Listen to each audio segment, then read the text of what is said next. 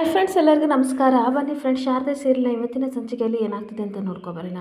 ಅದಕ್ಕೂ ಮುಂಚೆ ಯಾರೆಲ್ಲ ನನ್ನ ವಿಡಿಯೋ ನೋಡ್ತಿದ್ದೀರಾ ಫ್ರೆಂಡ್ಸ್, ಅವರೆಲ್ಲ ಪ್ಲೀಸ್ ಪುಟ್ಟದೊಂದು ಲೈಕ್ ಮಾಡಿ, ಹಾಗೆ ಫಾಲೋ ಮಾಡೋದನ್ನ ಮರಿಬೇಡಿ. ಬನ್ನಿ ಸ್ಟಾರ್ಟ್ ಮಾಡೋಣ. ಮೊದಲಿಗೆ ಫ್ರೆಂಡ್ಸ್, ಇದ್ದು ರೆಸ್ಟೋರೆಂಟಲ್ಲಿ ಶಾರದನ ಹುಡುಕ್ತಿರ್ಬೇಕಾದ್ರೆ ಕೆಲಸದವ್ರನ್ನ ಕೇಳ್ತಾ ಇರ್ತಾನೆ. ಖುಷಿಯವರೇ ಶಾರದವ್ರನ್ನ ನೋಡಿದ್ರ ಅಂತ ಅನ್ಬೇಕಾದ್ರೆ, ಸರ್ ಮೇಡಮು ಕಿಚನ್ ಕಡೆ ಹೋಗ್ತಾ ಇದ್ರು ಅಂತ ಅಂದಾಗ,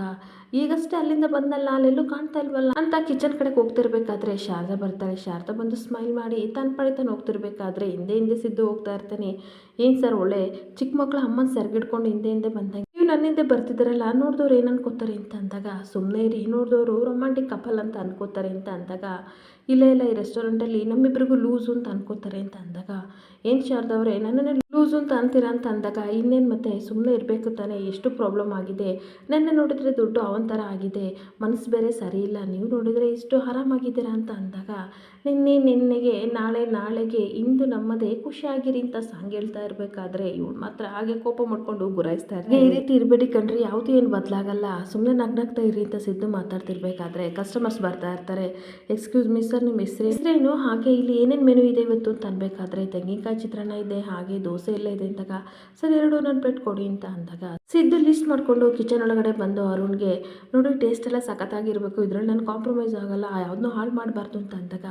ಸರಿ ಸರ್ ಅಂತ ಲೀಸ್ಟ್ ಇಸ್ಕೊಂಡು, ಇದೇ ಒಳ್ಳೆ ಅವಕಾಶ, ಜ್ಯೋತಿಕಾ ಮೇಡಮ್ನ ತುಂಬ ಇಂಪ್ರೆಸ್ ಮಾಡಬೇಕು, ಅವ್ರು ಹೇಳ್ದಂಗೆ ನಾನು ಕೆಲಸ ಮಾಡಲೇಬೇಕು, ಯಾರು ಸಹ ಈ ಕಡೆ ಗಮನ ಕೊಡ್ತಿಲ್ಲ ಅಂದ್ಬಿಟ್ಟು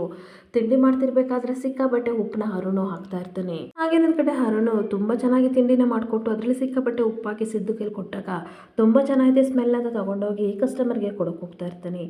ಇನ್ನು ಜ್ಯೋತಿಕಾ ರೋಹನ್ ಮೀಟ್ ಮಾಡಬೇಕಂತ ಮೆಸೇಜ್ ಮಾಡಿದಾಗ ಒಂದು ರೆಸ್ಟೋರೆಂಟ್ ಹತ್ರ ಬರ್ತಾಳೆ. ಬಂದ್ಬಿಟ್ಟು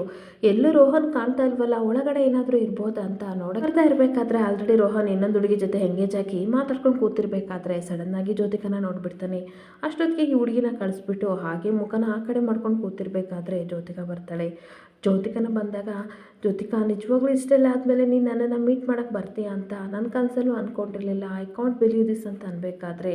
ನನಗೂ ಅಷ್ಟೇ ಇದೆಲ್ಲ ಆಗುತ್ತೆ ಅಂತ ಅಂದ್ಕೊಂಡಿರಲಿಲ್ಲ ಅಂತ ಅಂದಾಗ, ಬಾ ಕೂತ್ಕೊಂಡು ಮಾತಾಡೋಣ ಅಂತ ಕೂರಿಸ್ತಾ ಇರ್ತಾನೆ. ಯಾಕೆ ಕೂತ್ಕೊಂಡಾಗ, ನೋಡು ಜೋ, ನಾನು ಸತ್ಯನೇ ಹೇಳ್ತಾ ಇರೋದು, ನಿಜವಾಗ್ಲೂ ಅವ್ರ ಅಮ್ಮ ಇದ್ದಾಳಲ್ಲ ಅವಳು ಗೊತ್ತು, ಆದರೆ ನಿಜವಾಗ್ಲೂ ಅವಳಿಗೂ ನನಗೂ ಯಾವುದೇ ರೀತಿ ಸಂಬಂಧ ಇಲ್ಲ, ದುಡ್ಡಿಗೋಸ್ಕರ ಅವಳು ಈ ರೀತಿ ಮಾಡ್ತಾ ಇದ್ದಾಳೆ, ಎಷ್ಟು ಸಲ ದುಡ್ಡು ಬೇಕಂತಂದು ಅವಳು ಸಹಾಯ ಮಾಡಿದ್ದೀನಿ, ಆದರೆ ಅವಳಿಗೆ ಎಷ್ಟು ಸಹಾಯ ಮಾಡಿದ್ರು ದುಡ್ಡಿನ ಆಸೆಗೆ ಬಿದ್ದು ಈ ರೀತಿ ಮಾಡ್ತಾ ಇದ್ದಾಳೆ. ಶಾರದಾ ಮತ್ತು ಇವಳು ಸೇರ್ಕೊಂಡು ಏನೋ ಪಿತೂರಿ ಮಾಡ್ತಾ ಇದ್ದಾರೆ, ಇವರಿಬ್ರು ಮಾಡೋ ಕೆಲಸದಿಂದ ನಾನು ನಿನ್ನನ್ನು ಕಳ್ಕೊಬೇಕಾಗಿದೆ, ಅದಕ್ಕೆ ನಾನು ರೆಡಿಯಾಗಿಲ್ಲ ಜೋ, ನನ್ನ ಮಾತು ನಂಬು ಅಂತ ಅನ್ಬೇಕಾದ್ರೆ ಅವಳಿಗೆ ಸಿಕ್ಕಾಪಟ್ಟೆ ಕೋಪ ಬರ್ತಾ ಇರುತ್ತೆ. ಹಾಗೆ ನಾನು ಏನು ಮಾಡೋದು ನೀನೇ ಹೇಳು ಜೋ, ನನ್ನ ಕೈಲಿ ಏನು ಮಾಡ್ಬೇಕಂತ ಗೊತ್ತಾಗ್ತಿಲ್ಲ, ನೀನು ನಂಬಿದರೆ ತುಂಬಾ ಒಳ್ಳೆಯದು, ಇಲ್ಲಾಂದರೆ ಏನು ಮಾಡೋಕ್ಕಾಗಲ್ಲ ಅಂತ ಅಂದಾಗ, ನನಗೆಲ್ಲ ವಿಷಯ ತುಂಬ ಚೆನ್ನಾಗಿ ಗೊತ್ತು ರೋಹನ್ ಅಂತ ಅಂದಾಗ ಅವನಿಗೆ ಸಿಕ್ಕಾಪಟ್ಟೆ ಶಾಕ್ ಆಗ್ತಾ ಇರುತ್ತೆ. ವಾಟ್ ಜೋ, ಏನು ಹೇಳ್ತಿದ್ದೀಯ, ನೀನೇನೋ ಮಿಸ್ಅಂಡರ್ಸ್ಟ್ಯಾಂಡ್ ಮಾಡ್ಕೊಂಡಿದ್ದೀಯಾ, ಯಾರೋ ನಿನಗೆ ತಪ್ಪು ಮಾಹಿತಿ ಕೊಟ್ಟಿದ್ದಾರೆ ಅಂತ ಅನ್ಬೇಕಾದ್ರೆ, ನೋಡು ರೋಹನ್, ಈ ಜ್ಯೋತಿಕಾ ಒಂದು ಜೊತೆ ಸ್ಲಿಪ್ಪರ್ ತೊಗೋಬೇಕಾದ್ರೆ ಅದ್ರ ಬ್ರ್ಯಾಂಡ್ ಯಾವುದು, ಅದ್ರ ಡೀಟೇಲ್ಸ್ ಎಲ್ಲ ಕಲೆಕ್ಟ್ ಮಾಡ್ತಾಳೆ, ಅಂಥದ್ರಲ್ಲಿ ಲೈಫ್ ಪಾರ್ಟ್ನರ್ ಬೇಕು ಅಂತ ಅಂದರೆ ಯಾವ ರೀತಿನ ಅವಳು ಸರ್ಚ್ ಮಾಡಿರ್ಬೋದು, ಎಲ್ಲ ರೀತಿ ನಾನು ಡೀಟೇಲ್ಸ್ನ ಕಲೆಕ್ಟ್ ಮಾಡಿದ್ದೀನಿ ಅಂತ ಅಂದಾಗ, ಇಲ್ಲ ನೀನು ತಪ್ಪಾಗಿ ತಿಳ್ಕೊಂಡಿದ್ದೀಯಾ ಅಂತ ವಾದ ಮಾಡ್ತಾ ಇರ್ತಾನೆ. ಹಾಗೆ ಮತ್ತೆ ಜ್ಯೋತಿಕಾ ಹೇಳ್ತಾ ಇರ್ತಾಳೆ, ಯಾವ ತಪ್ಪು ಯಾವ ಸರಿ ಅಂತ ನೋ ವಾಟ್, ನನಗೆ ತುಂಬ ಚೆನ್ನಾಗಿ ಗೊತ್ತು ಅಂತ ಅಂದ್ಬಿಟ್ಟು ರಮ್ಯ ಜೊತೆ ಫೋಟೋ ತೆಗೆಸಿರೋದನ್ನ ತೋರಿಸಿದ ತಕ್ಷಣ ಈ ಕಡೆ ರೋಹನ್ಗೆ ಸಿಕ್ಕಾಪಟ್ಟೆ ಶಾಕ್ ಹೋಗ್ತಾ ಇರುತ್ತೆ. ಇನ್ನೊಂದು ಕಡೆ ಸಿದ್ದು ಮತ್ತು ಶಾರದಾ ಎಲ್ಲರಿಗೂ ಫುಡ್ನ ಸರ್ವ್ ಮಾಡ್ತಾ ಇರಬೇಕಾದ್ರೆ ಎಲ್ಲರೂ ತಿಂದ ತಕ್ಷಣ ಒಂದು ಕ್ಷಣ ಹಾಗೆ ಸಿದ್ದು ಮುಖನ ನೋಡ್ತಿರ್ಬೇಕಾದ್ರೆ, ಸರ್ ಏನಾಯ್ತು ಅಂತ ಅಂದಾಗ, ತಿಂಡಿಗೆ ಉಪ್ಪು ಜಾಸ್ತಿ ಆಗಿದೆ ನೋಡ್ಕೊಂಡು ಮಾಡಲಿಲ್ವ ಅಂತ ಅಂದಾಗ, ಸಾರಿ ಸರ್ ಅಂತ ಅನ್ಬೇಕಾದ್ರೆ, ಈ ಥರ ಉಪ್ಪು ಮಾಡಿದರೆ ಯಾವ ರೀತಿ ತಿಂತಾರೆ, ಏನು ಗೊತ್ತಾಗಲ್ವ ಅಂತ ಬೈತಿರ್ಬೇಕಾದ್ರೆ, ಒಂದು ನಿಮಿಷ ಏನೋ ತಪ್ಪಾಗ್ಬಿಟ್ಟಿದೆ, 10 ನಿಮಿಷ ಟೈಮ್ ಕೊಡಿ ಸರ್, ಬೇಗ ನಾನು ಬೇರೆ ತಿಂಡಿನ ಮಾಡ್ಕೊಬರ್ತೀನಿ ಅಂತ ಅಂದಾಗ, ಅಷ್ಟೋ ಥರ ಟೈಮ್ ಇಲ್ಲ ರೀ, ನಾವು ಡ್ಯೂಟಿಗೆ ಹೋಗಬೇಕು ಅಂತ ಅನ್ಬೇಕಾದ್ರೆ, ಸರ್ ಪ್ಲೀಸ್ ಎದ್ದೋಗ್ಬೇಡಿ, 10 ನಿಮಿಷ ಟೈಮ್ ಕೊಡಿ ಅಂತ ಅಂದಾಗ, ಸರಿ ಆಯಿತು ಅಂತ ಅಂದ್ಬಿಟ್ಟು ಶಾರದಾ ಒಳಗಡೆ ಹೋಗ್ತಾಳೆ. ಆಲೂಗೆಡ್ಡೆನ ನೋಡಿಬಿಟ್ಟು ಚೆನ್ನಾಗಿ ಕಟ್ ಮಾಡಿ ಆ ಸಾಂಬಾರೊಳಗಡೆ ಎಲ್ಲ ಹಾಕ್ಬಿಟ್ಟು ಮಿಕ್ಸ್ ಮಾಡ್ತಿರ್ಬೇಕಾದ್ರೆ, ಶಾರದವ್ರೆ ಉಪ್ಪನ್ನ ಯಾವ ರೀತಿ ಕಡಿಮೆ ಮಾಡೋದು ಅಂತ ಅಂದಾಗ, ತಲೆ ಕೆಡಿಸ್ಕೋಬೇಡಿ, ಆಲೂಗೆಡ್ಡೆ ಹಾಕಿದ್ದೀನಲ್ಲ ಅದು ಎಲ್ಲ ಉಪ್ಪು ಇರುತ್ತೆ, ನಮ್ಮಮ್ಮ ಆ ರೀತಿ ಹೇಳ್ತಾ ಇದ್ರು, ದಯವಿಟ್ಟು ನೀವು ಯಾವತ್ತಾದರೂ ಉಪ್ಪು ಜಾಸ್ತಿ ಆದರೆ ಆಲೂಗೆಡ್ಡೆ ಹಾಕಿ ಸರ್, ಅದೆಲ್ಲ ಉಪ್ಪು ಹೀರ್ಕೊಳ್ಳುತ್ತೆ ಅಂತ ಅಂದಾಗ, ಆಮೇಲೆ ಟೇಸ್ಟ್ ಮಾಡಿ ಅಂತ ಕೊಟ್ಟಾಗ ತುಂಬ ಚೆನ್ನಾಗಿರುತ್ತೆ, ಉಪ್ಪೆಲ್ಲ ಮಾಯ ಆಯಿತು ಶಾರದವ್ರೆ ಅಂತ ಅನ್ಬೇಕಾದ್ರೆ, ಇದನ್ನೆಲ್ಲ ಯಾವಾಗ ಕಲ್ತ್ರಿ ಶಾರದವ್ರೆ, ಈ ಕರೆ ನಿಮಗೆ ಹುಟ್ಟಾಗಲೇ ಬಂತಾ ಅಥವಾ ಬೆಳೀತಾ ಬಂತಾ ಅಂತ ಅಂದಾಗ,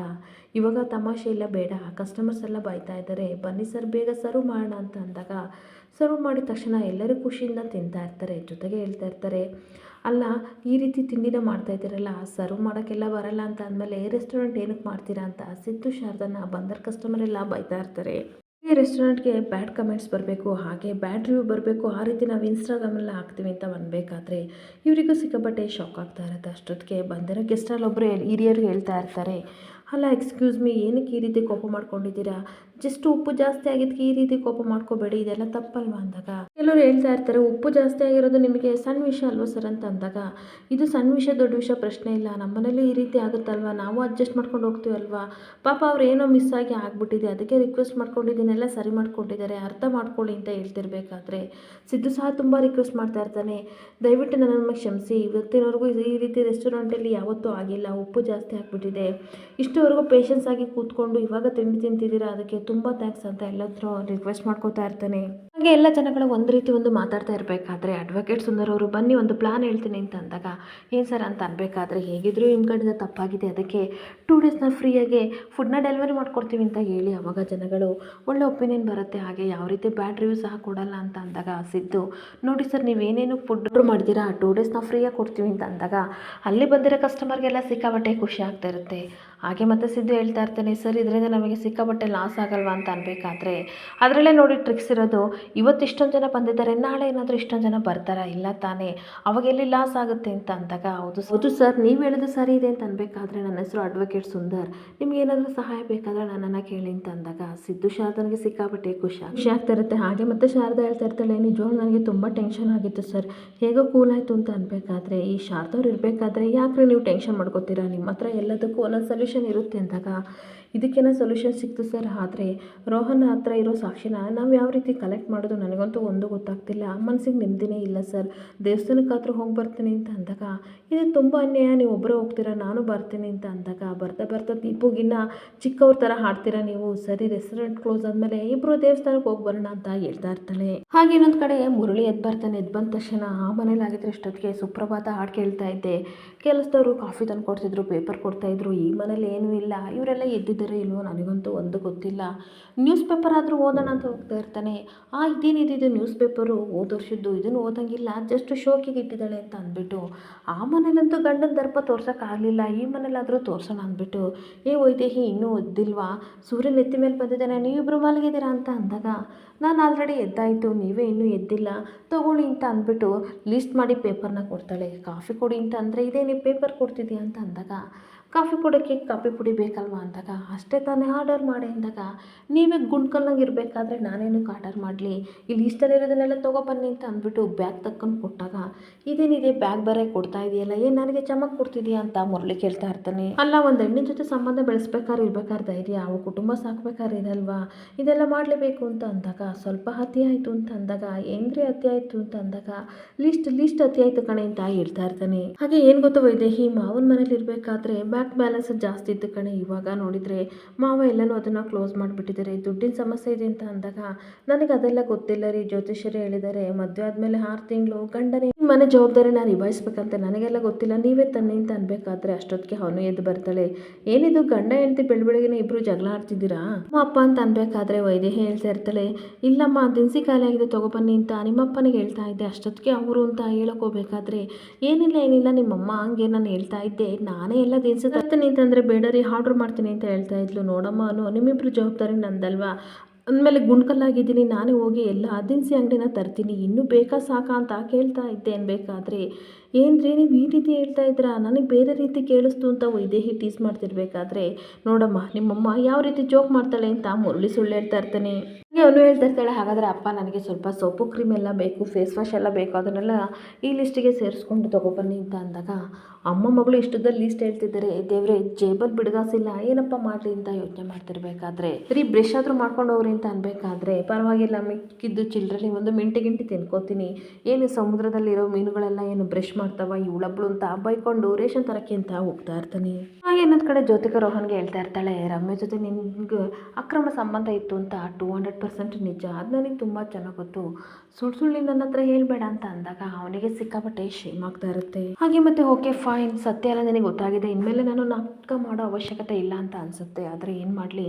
ನಿನ್ನ ಮೊದಲನೇ ಸಲ ನೋಡಿದಾಗಲೇ ನನಗೆ ನಿನ್ನ ಮೇಲೆ ಲವ್ ಆಯಿತು ಅಂತ ಹೇಳ್ತಾ ಇರ್ತಾನೆ. ಹಾಗೆ ರಮ್ಯರ ಬಗ್ಗೆ ನನಗೆ ಯಾವ ರೀತಿ ಭಾವನೆ ಎಲ್ಲ ಇರಲಿಲ್ಲ, ಆ ಟೈಮಲ್ಲಿ ಇತ್ತೋ ಇಲ್ವೋ ನನಗೆ ಅದೆಲ್ಲ ಗೊತ್ತಿಲ್ಲ, ನೀನು ಬೆಲೆ ಬಾಳುವ ವಜ್ರ ಇದ್ದಂಗೆ, ನೀನು ಎಲ್ಲೇ ಇದ್ರೂ ಖುಷಿಯಾಗಿರು. ನಾನು ಉಚ್ಚಾರಣೆದಿರೋ ಕೊಚ್ಚೆ ಥರ ನಾನು ನಿನಗೆ ಸರಿ ಹೊಂದಲ್ಲ, ನೀನು ಖುಷಿಯಾಗಿದ್ರೆ ಅಷ್ಟೇ ಸಾಕು ಅಂತ ರೋಹನ್ ಹೋಗ್ತಿರ್ಬೇಕಾದ್ರೆ, ಒಂದು ನಿಮಿಷ ರೋಹನ್, ನಿನ್ನನ್ನು ಮದುವೆ ಆಗೋದು ಬೇಡ ಅಂತ ಅಂದ್ಕೊಂಡಿದ್ರೆ ನಾನು ಇಲ್ಲಿವರೆಗೂ ಬರ್ತಾ ಇಲ್ಲ ಅಂತ ಅಂದಾಗ ಅವನಿಗೆ ಸಿಕ್ಕಾಪಟ್ಟೆ ಶಾಕ್ ಆಗ್ತಿರುತ್ತೆ. ಹಾಗೆ ಜೊತೆಗೆ ಖುಷಿನೂ ಆಗ್ತಿರ್ಬೇಕಾದ್ರೆ, ಒಂದು ನಿಮಿಷ ಜೋ ಅಂತ ಅಂದ್ಬಿಟ್ಟು ಅಲ್ಲಿರೋ ಕಾಫಿ ಎಲ್ಲ ಕುಡ್ಕೊಂಡಾಗ, ರಿಯಲಿ ಹೇಳ್ತಾ ಇದೆಯಾ, ನನ್ನ ವಿಷಯ ಎಲ್ಲ ಗೊತ್ತಿದ್ರು ನನ್ನನ್ನು ಮದುವೆ ಆಗೋಕ್ಕೆ ನೀನು ಬಂದಿದ್ಯಾ ಅಂತ ಅಂದಾಗ, ಸಿಟ್ಟಂತ ಅಂದಾಗ ಕೂತ್ಕೊಬಿಟ್ಟು ಅವನಿಗೆ ಸಿಕ್ಕಾಪಟ್ಟೆ ಖುಷಿ ಆಗ್ತಾ ಇರುತ್ತೆ. ಹಾಗೆ ಏನೋ ವಾಟ್ ರೋಹನ್, ನಿನಗೆ ಗೊತ್ತಾ, ಮನುಷ್ಯ ಅಂತ ಅಂದಮೇಲೆ ಈ ರೀತಿ ತಪ್ಪು ಮಾಡೋದು ಸಹಜ, ಮುಂದೆ ಯಾವತ್ತೂ ತಪ್ಪು ಮಾಡಲ್ಲ, ಅದನ್ನು ತಿದ್ಕೊಂಡು ನಡೀತೀಯ ಅಂತ ನಾನು ಅಂದ್ಕೊಂಡಿದ್ದೀನಿ. ನಿನಗಿನ್ನ ಪರ್ಫೆಕ್ಟ್ ಹುಡುಗ ನನಗೆ ಯಾರು ಸಿಗ್ತಾರೆ ಹೇಳು ಅಂತ ಹೇಳ್ತಾ ಇರ್ತಾಳೆ. ನನಗೆ ಜೀವನದಲ್ಲಿ ಮದುವೆ ಆಗಬಾರ್ದು, ಸಿಂಗಲ್ ಆಗೇ ಇರಬೇಕಂತ ಅಂದ್ಕೊಂಡಿದ್ದೆ, ಆದರೆ ನಿನ್ನ ನೋಡಿದ ಮೇಲೆ ನನಗೆ ಮದುವೆ ಆಗಬೇಕನ್ನೋ ಆಸೆ ಆಗಿದೆ ಅಂತ ಅಂದಾಗ, ರಿಯಲಿ ಸಾರಿ ಜೋ, ನೀನು ಇಷ್ಟು ಒಳ್ಳೆಯವಳು, ನಿನ್ನಂತವಳಿಗೆ ನಾನು ಯಾವತ್ತೂ ಮೋಸ ಮಾಡಲ್ಲ, ಇನ್ಮೇಲೆ ಈ ರೀತಿ ತಪ್ಪು ಮಾಡಲ್ಲ ಅಂತ ರೋಹನ್ ಪ್ರಾಮಿಸ್ ಮಾಡ್ತಾ ಇರ್ತಾನೆ. ಹಾಗೆ ನನಗೆ ಸಿಕ್ಕಾಪಟ್ಟೆ ಖುಷಿ ಆಗ್ತಿದೆ, ಇಲ್ಲಿ ಯಾರೂ ಇಲ್ಲ ಅಂತಿದ್ರೆ ಡ್ಯಾನ್ಸ್ ಮಾಡ್ತಿದ್ದೆ ಅಂತ ಅಂದಾಗ, ಪರವಾಗಿಲ್ಲ ಇವಾಗಲೂ ಮಾಡು ಅಂತ ಹೇಳ್ತಾ ಇರ್ತಾಳೆ. ಮತ್ತೆ ಏನು ಗೊತ್ತಾ ಜೋ, ನನಗೆ ಯಾಕೋ ಒಂದು ಅನುಮಾನ, ನೀನು ಅಷ್ಟು ಸುಲಭವಾಗಿ ಒಪ್ಕೊಳ್ಳೋದಲ್ವಾ, ಇಷ್ಟು ಸುಲಭವಾಗಿ ಒಪ್ಕೊಂಡಿದ್ದೀಯ ಅಂತಂದರೆ ಪ್ರೀತಿ ಪ್ರೇಮಕ್ಕಿಂತ ಹೆಚ್ಚಾಗಿ ಬೇರೆ ಏನೋ ಕಾರಣ ಇದೆ, ಅದೇನು ಹೇಳು ಅಂತ ಅನ್ಬೇಕಾ. ಜೊತೆಗೆ ಸಿಕ್ಕಾಪಟ್ಟೆ ಕೋಪ ಮಾಡಿಕೊಂಡು ಆ ಸಿದ್ದು ಮೇಲಿರೋ ಕೋಪ ಹಾಗೆ ಶಾರದಾ ಮೇಲಿರೋ ದ್ವೇಷ ಅಂತ ಅಂದಾಗ ರೋಹನ್ಗೆ ಸಿಕ್ಕಾಪಟ್ಟೆ ಆಶ್ಚರ್ಯ ಆಗ್ತಾ ಇರುತ್ತೆ. ಇಲ್ಲಿಗೆ ಸಂಚಿಕೆ ಎಂಡ್ ಆಗ್ತಿದೆ. Thank you for the watching friends.